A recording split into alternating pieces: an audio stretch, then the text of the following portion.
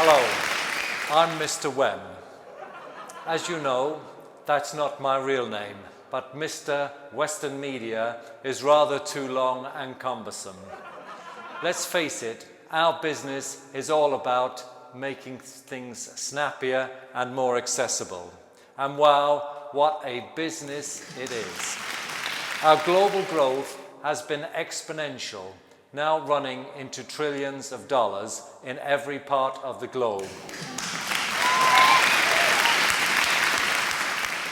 On this special day, marking the annual address to leaders within the industry, I'd especially like to thank Mr. Mark Zuckerberg, Chief Executive of Facebook, Mr. Jack Dorsey, CEO of Twitter, and CEO of Google, Mr. Sundar Pichai, as well as all the other CEOs within our great industry. We realized about 20 years ago that the paramount factor essential to our growth was engagement. Individuals around the world need to feel compelled to be involved, to interact, to make and preserve reputations, and thus the idea of social media was born. And what a truly incredible journey this technological revolution continues to be.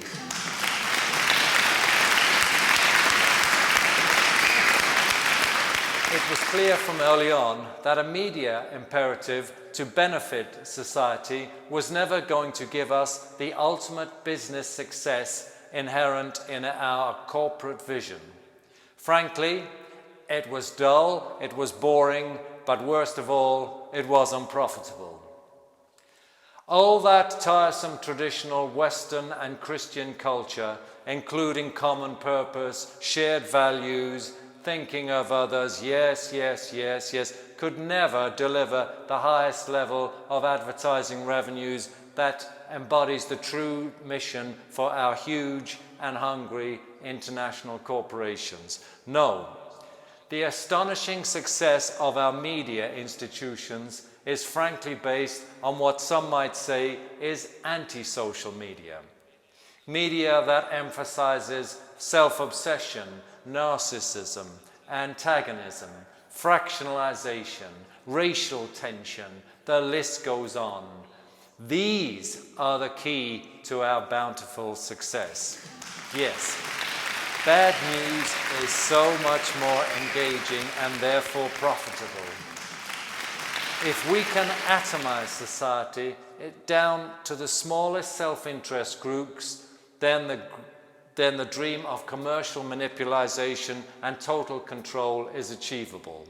But it's okay to put up our hands to these intentions, because thanks to your good works, we are now too globally powerful to be opposed.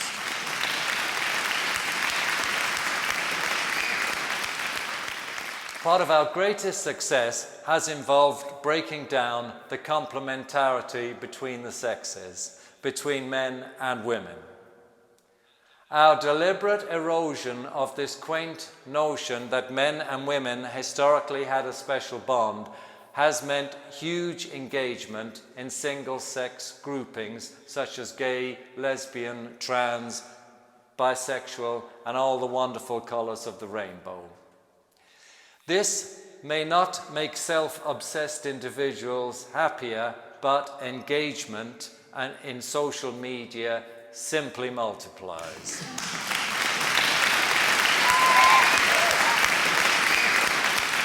Heterosexuality, conversely, is bad for business because long-term it results in that old-fashioned and outdated concept of the nuclear family. It has been necessary to rebrand this arrangement as exploitative, oppressive, and reductive, because statistically, for us, it involves less engagement. If children grow up with both a mother and a father in a stable parental relationship, then the inclination towards toxicity, anger, and resentment is much less. Therefore, for decades, we have systematically prioritized a left-wing agenda which defines power as the most important human parameter, because anachronistic notions like love, friendship, family, loyalty, commitment, etc. can subvert our aspirations for control. No, much better to rebrand the concept of family to mean a single mother and her children. In fact, men can be excluded altogether, and what a hugely beneficial difference this makes. Boys will have no fatherly role model and will spend more of their unconfirmed, emasculated lives draped over media screens, which is the perfect occupation for commercial control. Beyond, let's give a sole and one-sided focus on women and women's identity. The increasing resentment, marginalization, alienation between the sexes is all good for the media business. Similarly, with race. With an ever more fertile imagination from you guys, we can devote our best creative talents to the construction of media news which continually highlights racial tension. By dripping in the anti-society, anti-government, anti-society, anti-police message of complete political correctness, we can destroy truth, historical facts, and any sense of national pride or achievement. The anti-fascist can behave like fascists, the anti-racist can behave like racists, and the new orthodoxy, with its own inversion and weaponization of language, can avoid challenge.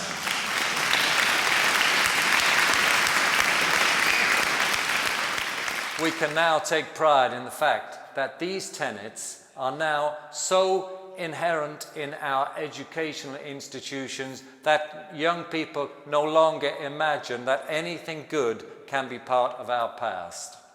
They can no longer identify the historical and cultural journey that has delivered what they have, viewing their parents and grandparents as unenlightened and opposing fools. As we all know, upheavalism is good for us. Our mantra of let's destroy first and ask questions later continues to have great appeal to our youth, who willingly participate in the excitement of disorder.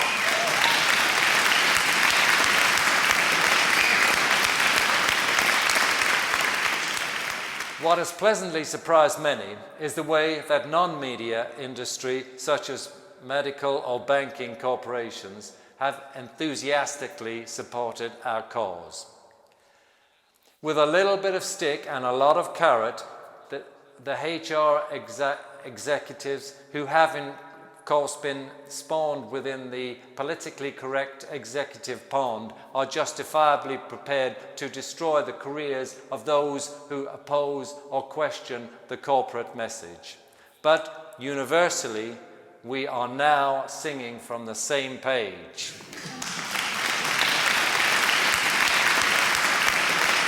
The movement for freedom of speech was perhaps our greatest threat. But again, we have successfully dealt with this by carefully rebranding discussion and opinion as hate speech. It is a joy to see how our malleable and mindless trolls sustain the online pressure, and our colleagues in Twitter deserve some credit for this. Thank you, Jack. We've had fabulous successes in recent years. People wonder why the political classes are no longer critical of us. Our algorithms are so powerful that not only can we remove a message, but individuals are aware that an archaeological data dig on any individual's life can effectively destroy them. Now they acquiesce to our soft touch but firm dominion. The fact that the President of the United States can be cancelled at our whim is a real indication of the unstoppable power that we wield. And our global influence, particularly across the Anglosphere, is accelerating because governments of every regime realize that the tools of mass persuasion are the a priori of their tenuous existence. The dilution of Western culture and rational thought by identity politics, religious fascism, mass immigration, all motivate towards a melting point of international anarchy and a subsequent invitation to totalitarianism.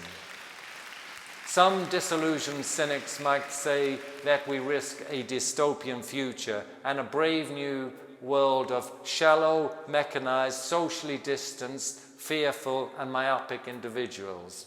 For us, as the power elite in the social media business, our value and awesome power is ever growing. There's a kind of ultimate poetry in a beautifully crafted totalitarian dream, and I thank all of you from every race and sexual orientation for your significant part in achieving this. Thank you.